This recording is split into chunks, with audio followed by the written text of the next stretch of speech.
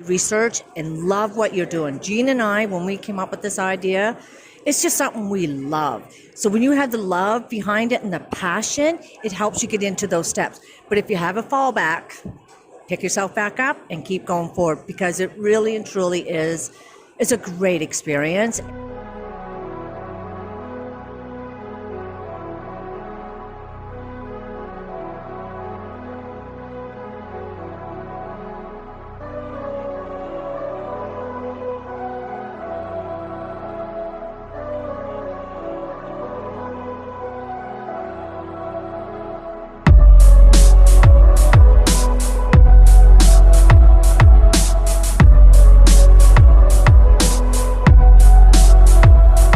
Keep doing what you are doing, keep doing that you are doing, keep doing.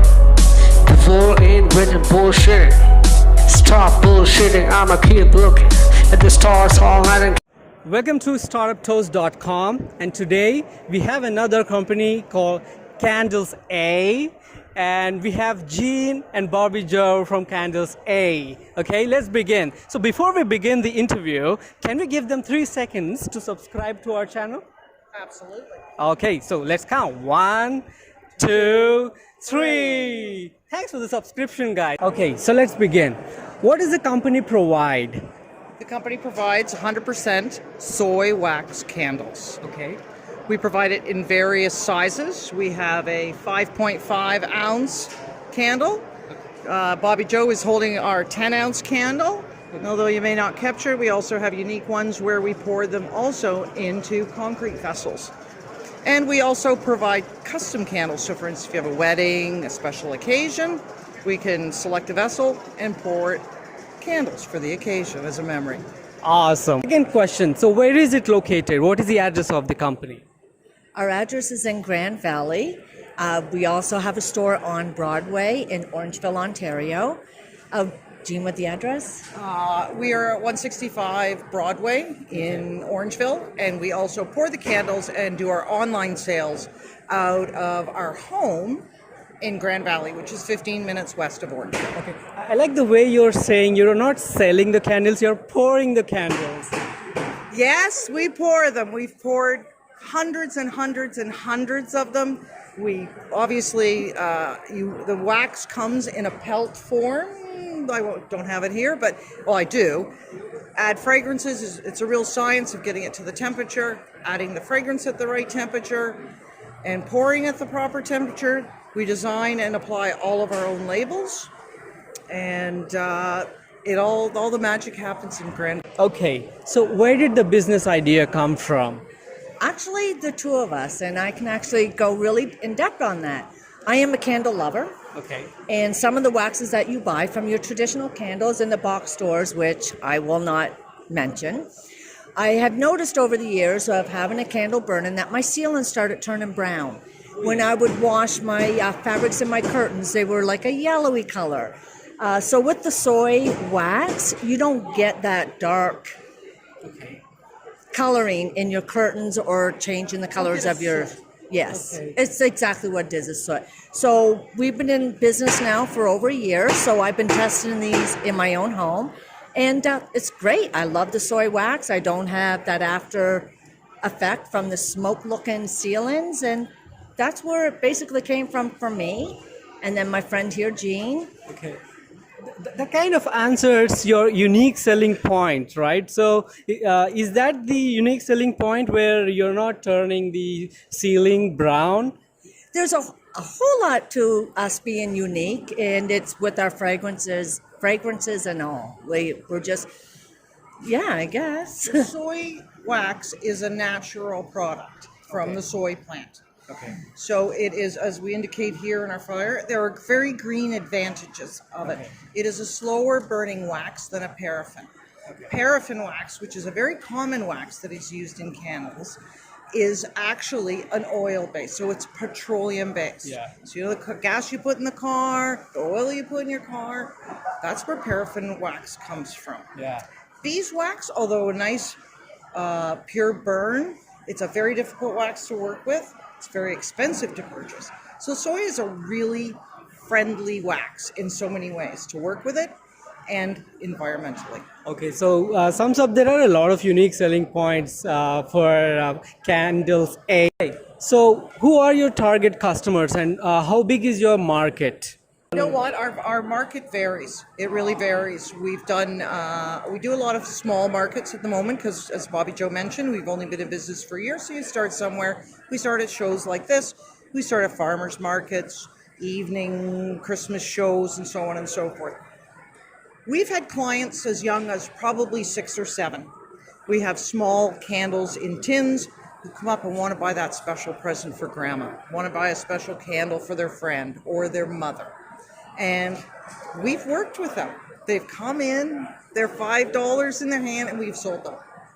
Full range. There's no age designation, generation designation of people that like candles. Okay, so there is no limit to the market here. It's unlimited and it's universal. Anyone Yes. can just buy this. Yes, so exactly. we are not restricting to one specific demographics here. No, not at That's all. the trick, No, guys. not at Be that product. What places in Canada do you serve the products? All over southern Ontario Okay. that we Online service. sales, which could reach any other destination. You can order our candles online. So the great thing about that, it doesn't matter where you live, we can get these candles to you. Okay, it's all over Canada. All over Canada. It's e-commerce, is it? It is e-commerce. Our website is Candles-A, which is the .ca. Okay, I'll ask about that EH later. Okay, so how do you attract new customers? We are very well. It depends. There's many levels to that. One is seasonal. So, for instance, we were at this facility back in November for a Christmas show. We focused on things like Victorian Christmas, Santa's workshop, mistletoe, catering for Christmas smells. People are going to come home. They want to have the right candle burning in the house to smell like Christmas. That being said, we also have worked with a company in Brampton that sells spices. And they really liked a fragrance that we worked with, cardamom, and so on. So it's a combination of a seasonal demographic of Christmas, fall, whatever. It's also being mindful of the region that we were in. There are certain demographics of people that like certain fragrances, and you find your way with that. And I really enjoy that because it broadens your knowledge. It's a cultural experience. As odd as that may sound when it comes to candles, you learn through that. It would be like opening a grocery store and selling an ethnic food that doesn't work for that community. We do the same with our candles. So you've basically analyzed the timing and the market entirely, is it? I can see that from you. You have so much knowledge in that market. Well, we spent a solid 6 months before we actually went to market. And we followed a lot of other blogs, social media postings, seeing what was out there, seeing what was selling well at shows, what other people had strong draw on. And also, as I say, being mindful of where those people lived, whether they were in the US, whether they were on the east coast of Canada, or so on. We looked at those sorts of things. And we tested a lot of fragrances. We just didn't buy some wax, drop it in a pot, throw some fragrance in, and put it into a jar.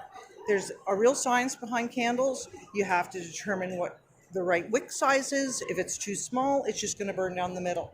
If it's too big, it's just going to burn and be gone within hours because it'll just become a pot of wax within itself. Fragrance throws, you have to have the chemistry right, the percentage of fragrance to the wax to get the fragrance through. In our philosophy of selling the candles, we don't want a candle that punches you when you walk in a room.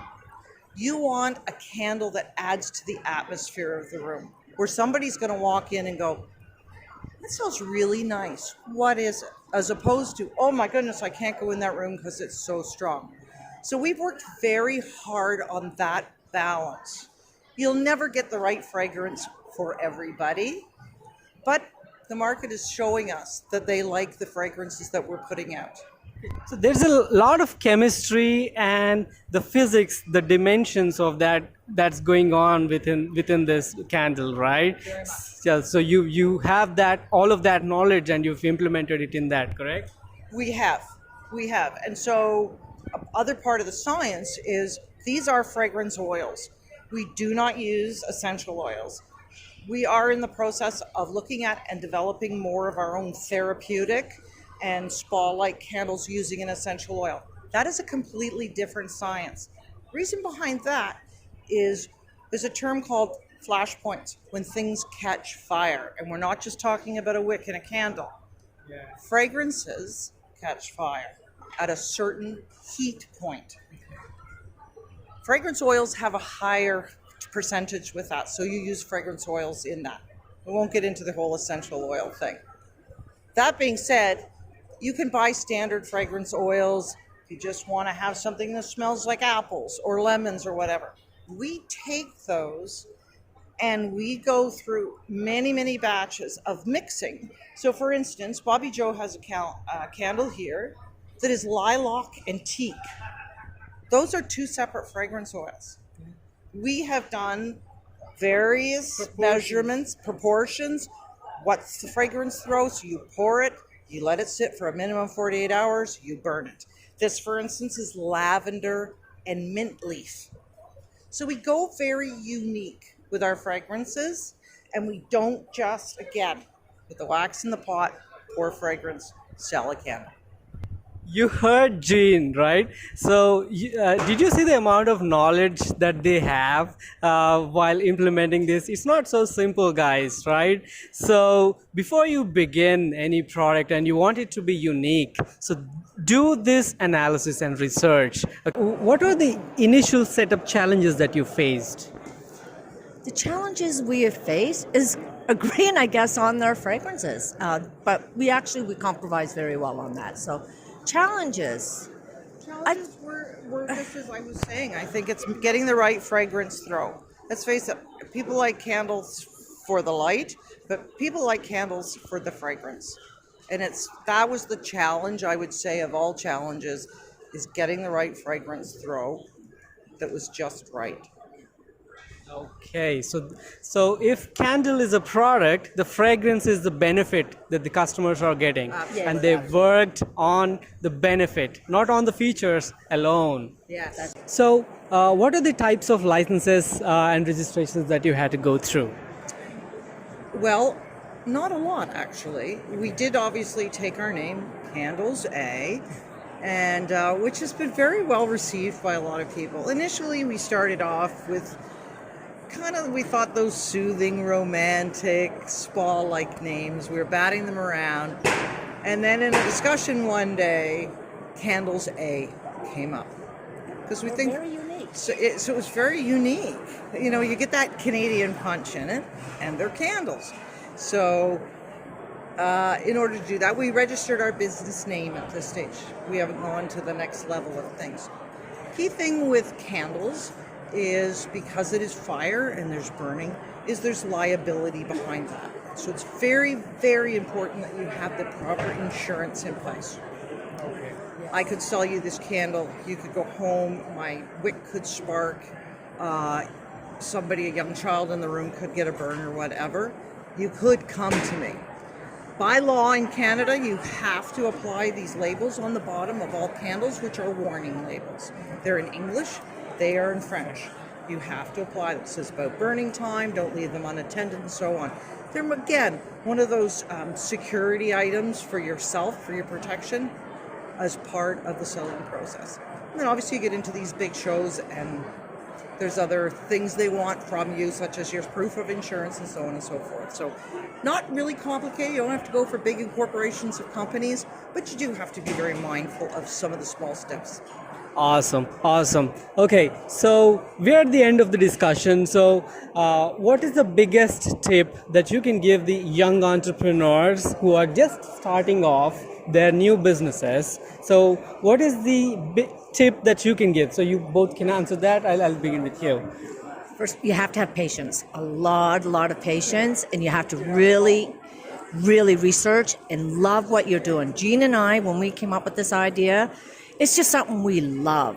So when you have the love behind it and the passion, it helps you get into those steps. But if you have a fallback, pick yourself back up and keep going forward, because it really and truly is, it's a great experience. And when, like I said, when you're doing something that you absolutely love and believe in, just keep going forward. Awesome, awesome. Would you like to add? As Bobby Joe said, it's all about mental attitude. You can't take the down days to destroy you and give up, because that's part of your learning process. Yeah.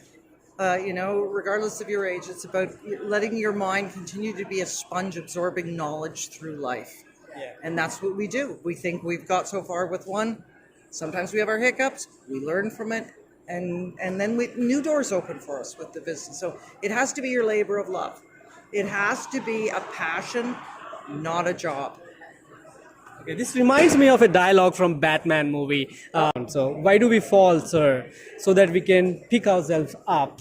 Absolutely. Okay. Absolutely. Awesome. Thanks a lot, guys. That was a great Jay. discussion. nice meeting you. Meeting you. Okay, until next time, guys. Thank you. Bye-bye. Bye now.